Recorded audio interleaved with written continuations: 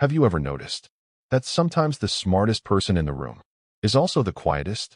Not because they have nothing to say, but because they've learned that not every conversation is worth having. Maybe you've had a friend who used to be everywhere, always replying to messages, always showing up, always surrounded by people, and then, almost without anyone noticing, they disappeared. No dramatic goodbye, no public announcement, no argument, just silence. People begin to wonder, are they okay? Did something happen? Why are they avoiding everyone? Some assume they're arrogant. Others think they're depressed. A few believe they've become too busy. But the truth is often far more complicated. Because sometimes, disappearing isn't about running away from people. It's about running toward peace. One of the biggest myths about intelligence is that intelligent people naturally enjoy being alone.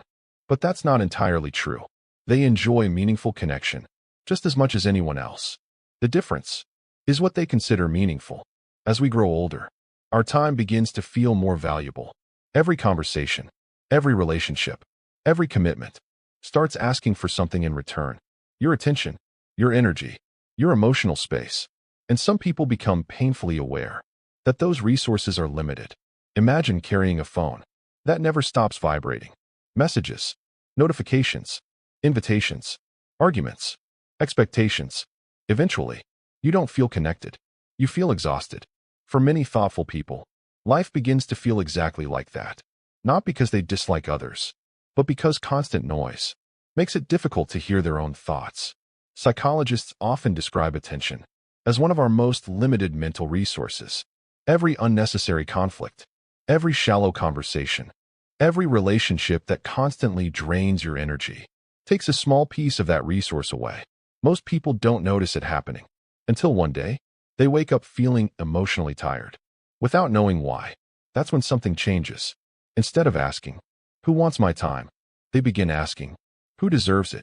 And that single question quietly transforms their entire social life. It isn't about feeling superior. It isn't about believing they're better than everyone else. It's about realizing that being surrounded by people doesn't always mean you're surrounded by understanding. Some of the loneliest moments in life don't happen when you're sitting alone. They happen when you're in a crowded room, pretending to be someone you're not, just to fit in. Many intelligent people eventually stop pretending, not because they've stopped caring, but because they've grown tired of shrinking themselves to make others comfortable. And when that happens, their world often becomes smaller. Fewer conversations, fewer invitations, fewer friendships. From the outside, it looks like they're disappearing. But from the inside, they're doing something very different. They're beginning to choose, instead of simply accepting. And that choice can completely change the course of a person's life. Because sometimes, the most important relationship you rebuild is there comes a point when something inside begins to shift. Not overnight, not because of one bad experience, but because of hundreds of small ones that slowly teach the same lesson. You realize that not everyone who asks for your time values it. Some conversations leave you inspired. Others leave you strangely exhausted. Have you ever walked away from a gathering, feeling more tired than before you arrived? Nothing terrible happened. Nobody argued. Nobody insulted you. And yet, something felt heavy. Psychologists sometimes refer to this as social fatigue. It's the mental exhaustion that comes from constantly processing conversations, reading emotions, responding to expectations, and filtering your own thoughts. For highly reflective people, this process rarely stops. Even after the conversation ends, their minds often replay it. They think about what was said, what wasn't said, whether they misunderstood something, or whether someone misunderstood them. While others move on within minutes, their brain keeps searching for meaning. That doesn't make them weak. It simply means their minds process the world more deeply. Over time, they begin noticing a pattern. Not every relationship brings peace. Some only create noise. Some people only appear when they need advice. Some only call when they need help. Some enjoy your company, but never truly try to understand you. Eventually, you stop asking, "Why don't they understand me?" And you begin asking, "Why am I trying so hard to be understood by people who aren't even listening?" That question changes everything.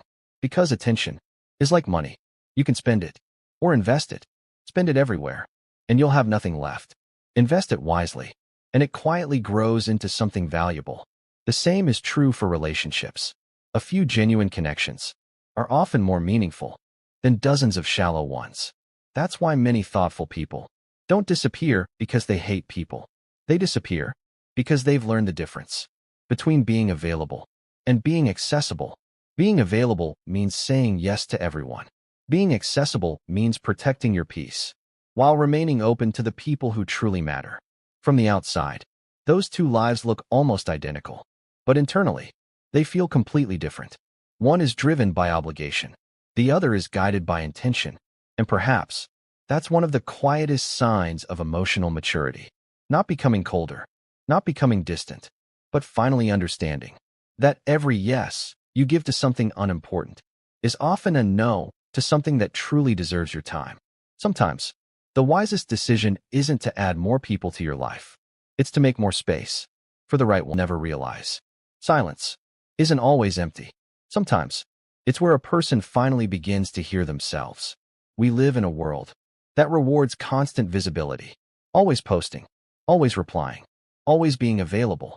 It quietly teaches us that our value depends on how many people notice us. But thoughtful people often discover something very different. The loudest room rarely offers the clearest answers. Real clarity usually arrives when the noise disappears. That doesn't mean isolating yourself forever. Humans are built for connection. We all need people. We all need love. We all need belonging. The goal isn't to build walls around your life. It's to build better doors. Doors that open for people who bring honesty, respect, peace, and close to relationships that leave you emotionally empty. Because every relationship shapes the person you're becoming. Some inspire growth. Some encourage courage. Some remind you of who you truly are. Others slowly pull you away from yourself. The difficult part is that both kinds of relationships often look the same at the beginning. That's why emotional maturity isn't learning how to read other people perfectly. It's learning to pay attention to how you feel after spending time with them. Do you leave feeling lighter or heavier? Do you feel accepted or exhausted? Do you feel peaceful or constantly performing? Your emotions often notice the truth long before your mind is willing to admit it. And perhaps that's why some of the wisest people choose fewer voices so they can hear their own again. Because in the end, life isn't measured by how many people know your name. It's measured by how much peace you feel when you're alone with your own thoughts. If you can sit quietly, without needing to impress anyone, without needing constant approval, without pretending to be someone else, you've discovered something many people spend their entire lives searching for. Not loneliness, freedom. So if someone seems to disappear, don't be too quick to assume they're lost. Sometimes, they've simply stopped searching for themselves.